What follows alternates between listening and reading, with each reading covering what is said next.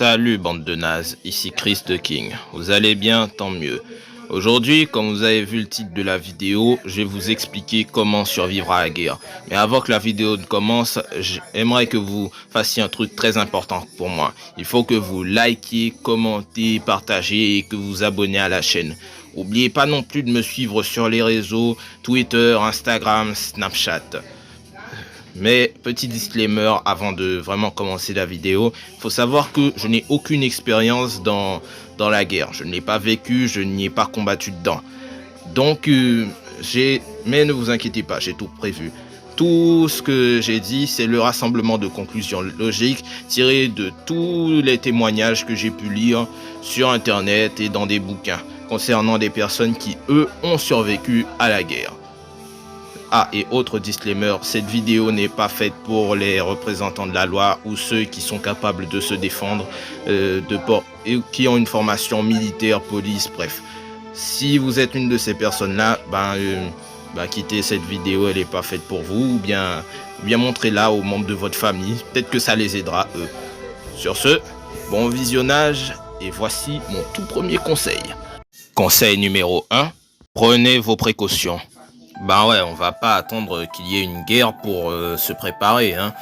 Déjà, avant toute chose, il faut que vous analysiez la situation économique, politique et sociale de votre département, pays, région, continent, bref, de là où vous vivez. Économique, il faut savoir si votre pays a une économie, disons une économie qui fonctionne ou une économie qui marche pas. Il faut aussi que vous sachiez sur quel pilier se base cette économie. Et il y a aussi niveau politique. Quel genre de gouvernement contrôle votre pays? Est-ce que c'est un gouvernement démocratique ou bien au contraire c'est un gouvernement totalement dictatorial? Croyez-moi, ça a son importance. Et social, il faut que vous analysiez la structure sociale de votre pays. Qui est-ce qui est vraiment en haut, qui est-ce qui est vraiment en bas, qui est-ce qui subit le plus de discrimination et qui est-ce qui donne le plus de discrimination, et si ça pourrait avoir un impact sur la stabilité de ce pays. Et vous faites pareil pour votre département, pays ou région voisine, bref. Cela vous permettra de définir les niveaux d'alerte. Il y a 4 niveaux d'alerte. Pour commencer, il y a l'alerte verte. L'alerte, tout est cool. Votre pays n'a aucun problème économique, politique et social. Et votre région, votre département aussi. Ou bien s'il en a, ça ne débouchera pas forcément sur une guerre. Après, il y a l'alerte jaune. L'alerte, oula, ça commence à chauffer. C'est soit votre pays a un problème, soit de niveau économique, politique ou social, soit c'est l'un de vos voisins qui vous convoite, ou convoite des choses que vous avez, comme une région, un bout de terre, une région, ou même qui veut prendre tout votre pays, hein. C'est par exemple ce qui se passe en Azerbaïdjan ou même en Ukraine avant que ça ne débouche sur un conflit général sur toute l'Ukraine. Avant, c'était juste concentré dans le Donbass. Puis après, vous avez le niveau alerte rouge. Niveau oh non, ça commence à chaud. Là, c'est chaud là. C'est en même temps que vous avez l'instabilité politique sur tous les niveaux. Et vos voisins vous détestent et veulent vous convoiter. Là, vous avez non seulement des problèmes internes à affronter, mais aussi des problèmes externes. Ouais, là, ça commence à être un peu chaud pour votre gueule. Et il y a l'alerte noire qui a l'alerte du nope. Grosso modo, vous êtes mort. Non seulement vous êtes instable économiquement, politiquement et socialement, non seulement vos voisins vous détestent, mais vous êtes aussi isolé par la communauté internationale qui, probablement pour des raisons justes, parce que en général c'est les pays qui ont un régime vraiment horrible qui sont dans ce niveau-là, ou bien c'est juste parce qu'une des grandes puissances a décidé ainsi, parce que c'est comme ça que fonctionne la géopolitique de nos jours. Si vous êtes dans les zones jaunes à noires, alors je vous conseille une chose, c'est d'identifier les parties belligérantes. Grosso modo, ce sont les camps qui s'affrontent. En général, il y en a 2, mais dans les conflits plus récents, ça peut aller jusqu'à 6. Hein. Par exemple en Syrie ou en Libye, où c'est le bordel, c'est pas croyable ce nombre de gens qui s'affrontent entre eux. Mais bon, identifier les parties belligérantes, en général, c'est pas si compliqué. Grosso modo, c'est comme les senior sites. Il y a un parti qui a quelque chose et il y a l'autre parti qui veut ce que la partie a. Soit le contrôle d'une région, de tout un pays, d'une ressource, bref, c'est simple. Mon premier conseil est probablement le plus crucial parce que ça vous empêcherait de subir une guerre, théoriquement parlant. Mais au cas où vous vous trouviez quand même dans le caca ou que vous soyez assez proche du caca, eh ben, il reste encore le conseil numéro 2. Conseil numéro 2. Fuyez, pauvre fou. Eh oui, comme l'a dit un jour le grand Jackie Chan, pourquoi se battre quand on sait courir, hein? Eh ben, courir, ça a l'air d'être une option facile en soi, mais en vrai, c'est assez compliqué. Bon, déjà, il va falloir que vous posez deux questions.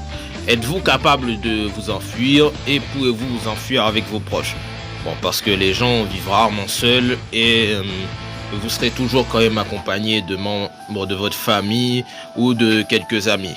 À moins bien sûr que vous viviez loin d'eux ou que vous viviez seul. Donc, déjà ça, et aussi il faut savoir une chose. Il y a certains pays qui pratiquent le service militaire obligatoire et la conscription, surtout en temps de guerre. Donc, il faut faire attention à ne pas faire partie de la catégorie de gens qui vont être conscrits parce que eux ils vont en guerre. Bon, vous pouvez toujours essayer de vous enfuir, hein, mais ce sera considéré comme la désertion et vous serez considéré comme un criminel et vous ne pourrez pas revenir dans votre pays pendant un moment. Les peines de désertion peuvent même aller jusqu'à la peine de mort en temps de guerre, littéralement. Donc voilà. Et il faut savoir que la plupart des armées évitent de recruter soit les individus trop jeunes, bon, exception faite de quelques groupuscules rebelles terroristes en Afrique ou dans le Moyen-Orient qui, eux, utilisent des enfants soldats, mais en général, ces enfants-là, ils ont pas plus que 7-8 ans. Et les individus trop vieux ou trop faibles, ou bien des handicapés physiques et mentaux. Et il y a aussi les gens qui sont malades et qui peuvent donc pas se battre, et aussi les femmes, hein. Parce que ouais, il y a très peu de pays qui font la conscription active des femmes dans le monde. Donc mesdames, c'est bon.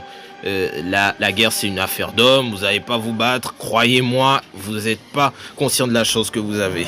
Bref, pour s'enfuir, il faut avant tout être préparé. Et pour ça, vous aurez besoin de quelques trucs.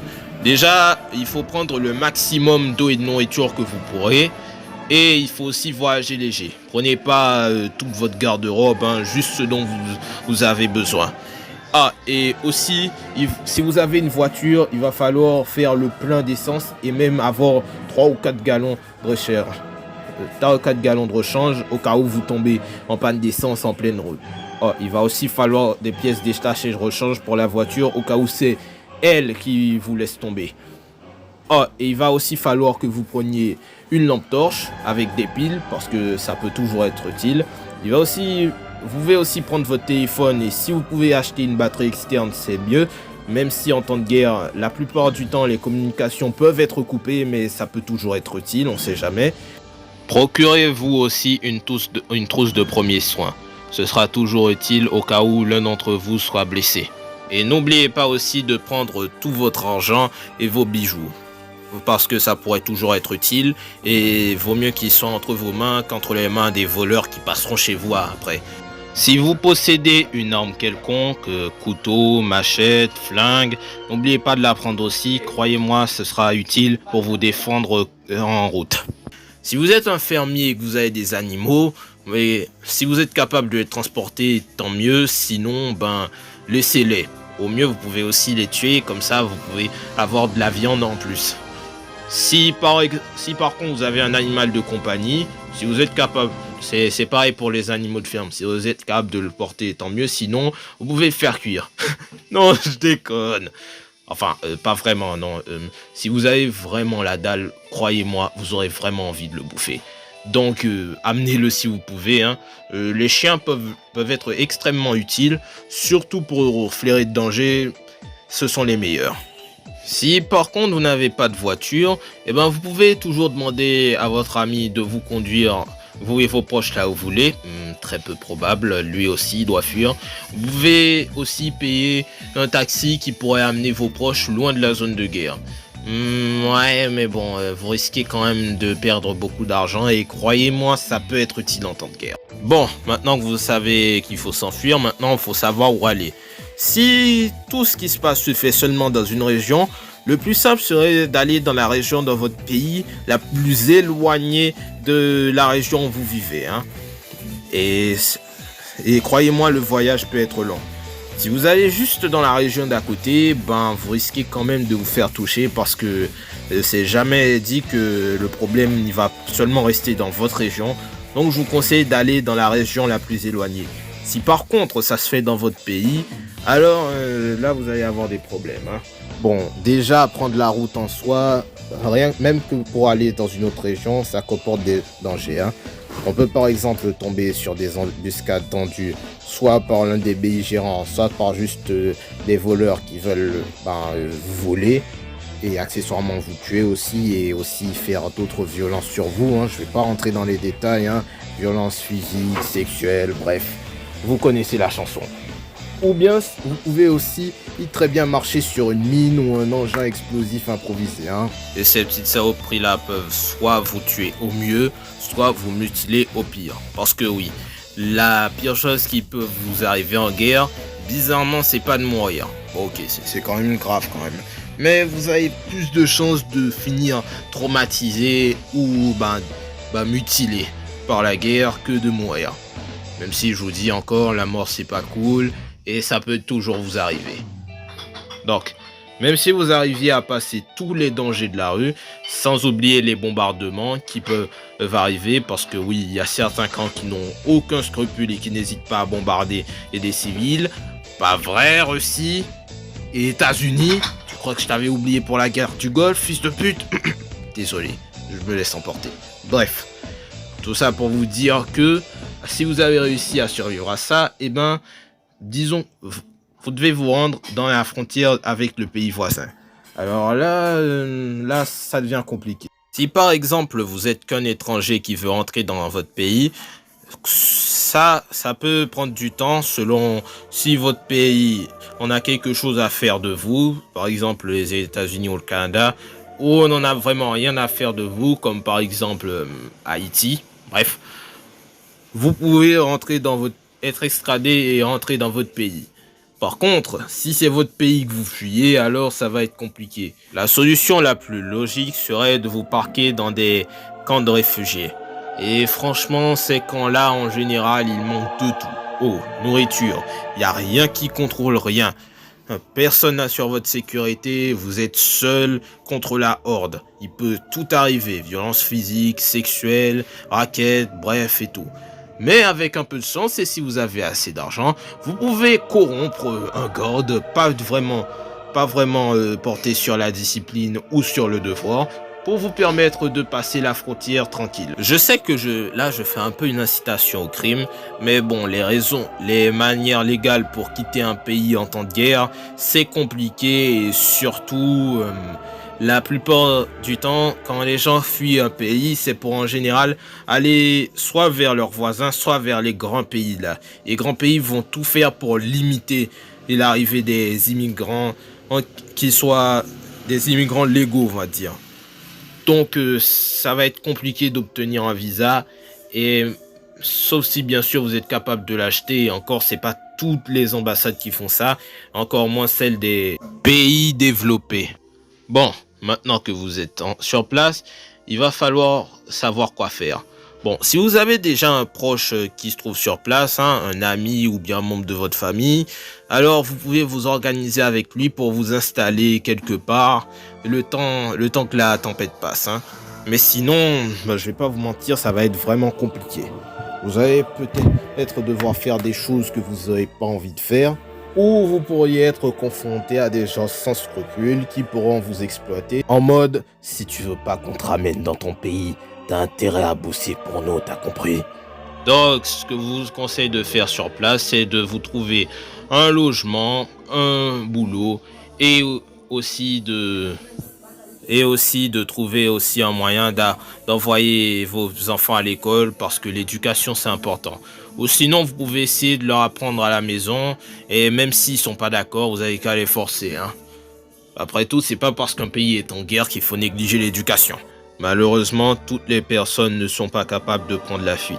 Certains choisissent de rester, soit parce qu'ils sont trop faibles pour faire le voyage, soit parce que c'est un de leurs proches qui est trop faible pour faire le voyage et qui n'ont pas envie de le laisser seul, soit parce qu'ils sont trop attachés sentimentalement à leur maison, à leur ville, leur région, etc. Soit parce qu'ils ne peuvent pas quitter leur région à cause d'un manque évident d'argent et de ressources pour supporter un tel voyage, ou soit parce que les belligérants ont trouvé un moyen de bloquer la grande majorité des voies de sortie pour quitter cette région. Et pour ces gens-là, j'ai un conseil extrêmement important. Conseil numéro 3. Fonde-toi dans le décor. Vous avez choisi de rester dans votre ville, région, pays. Peu importe vos raisons, maintenant, il faut en subir les conséquences. Ce que je vais vous demander, c'est d'abord de vous trouver un abri. En cas où de tirs, de bombardements et tout ça, vous devriez vous réfugier dans un endroit assez sécurisé. Je vous conseille d'aller dans le sous-sol ou la cave de votre maison ou de votre immeuble. S'il n'y en a pas, allez dans celui de l'immeuble voisin. Si votre pays a des abris anti-aériens, rendez-vous vite. Par contre, s'il n'y a ni cave, ni sous-sol, ni anti-aérien, il vous reste encore une dernière solution. Vous pouvez descendre dans les égouts. Oui, je sais, ça me dégoûte rien que d'y penser, mais je crois que c'est un prix assez cher à payer si vous voulez pas vous faire déchiqueter par un obus ou tirer dans la tête.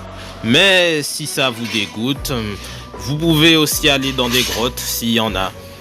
Par contre, si l'un des belligérants contrôle la zone dans laquelle vous êtes, alors le moins que vous puissiez faire, c'est de ne surtout pas vous faire remarquer et d'être cordiaux envers eux.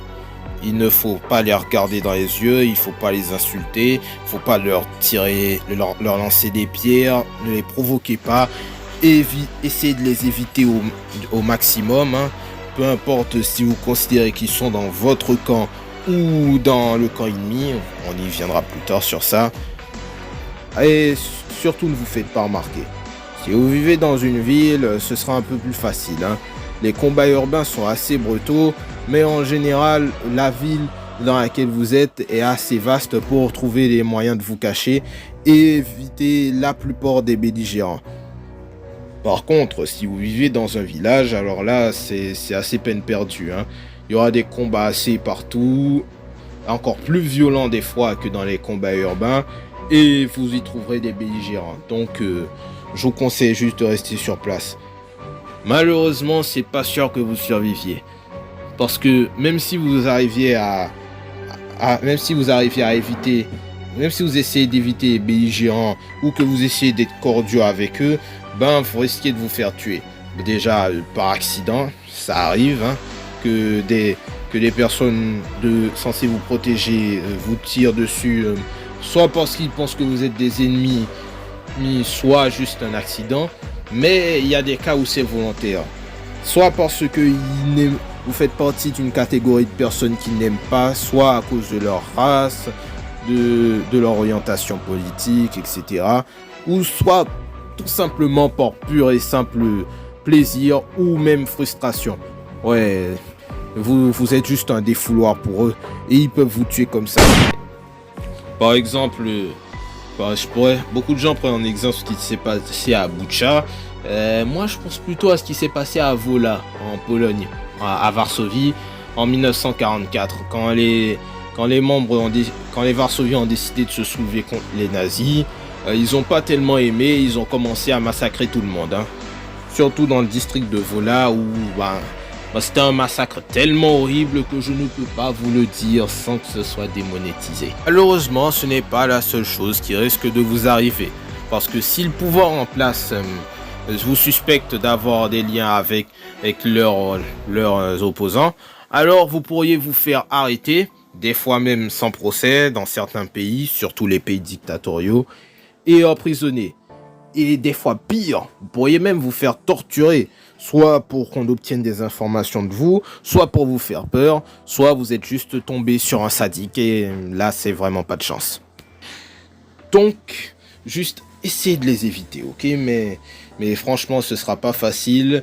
Et je sais que certaines personnes ont vraiment pas le choix quand ils restent sur place, mais franchement, entre ça et s'enfuir, oui, rester sur place et attendre que la tempête passe, c'est vraiment dangereux. Et ainsi, on passe à mon 4e conseil, que franchement, je ne conseillerais pas à beaucoup de gens. Hein. En fait, j'aime pas vraiment conseiller ce conseil parce que ça risque de mettre votre vie directement en danger. Mais quand on n'a pas plus le choix, conseil numéro 4.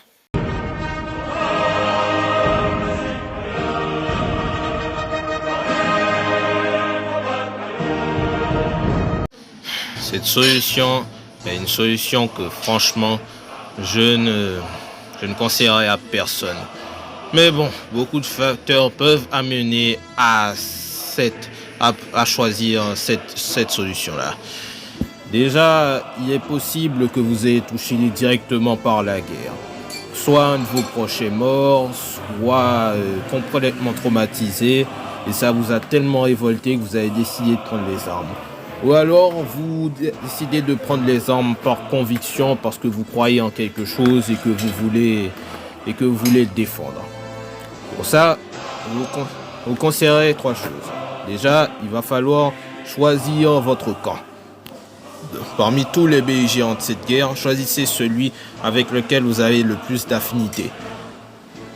Si vous êtes idéaliste, si vous êtes un pragmatique ou quelqu'un qui n'a pas de race, des fois il y a des différences à faire entre les deux, eh ben, vous pouvez juste choisir le camp qui a le plus d'avantages. Le camp des gagnants, quoi.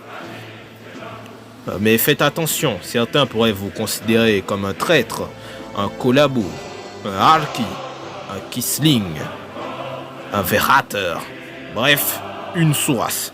Donc, faut toujours faire gaffe à bien choisir son camp. Je vous conseille aussi d'éviter les organisations de type extrémiste, genre les islamistes, les communistes, bref.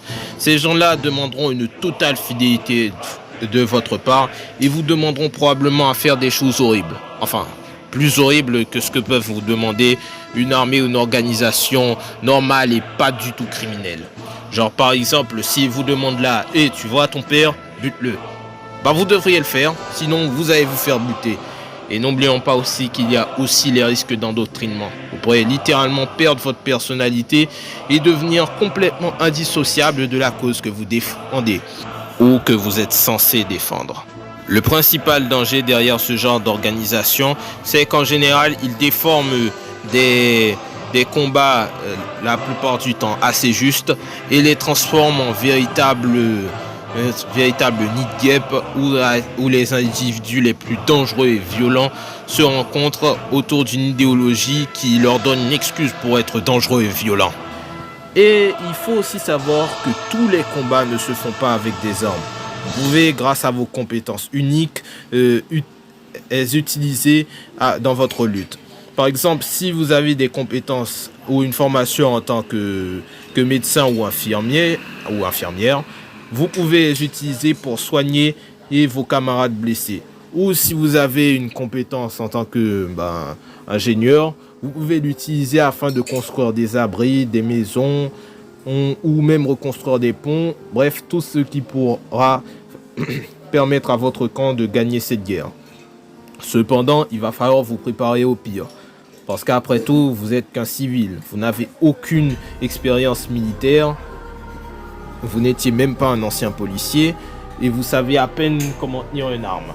Et le pire, ce qui tue dans la vie de combattant, bizarrement, ce ne sont pas les affrontements. Non, c'est plutôt la faim, la soif et surtout l'environnement.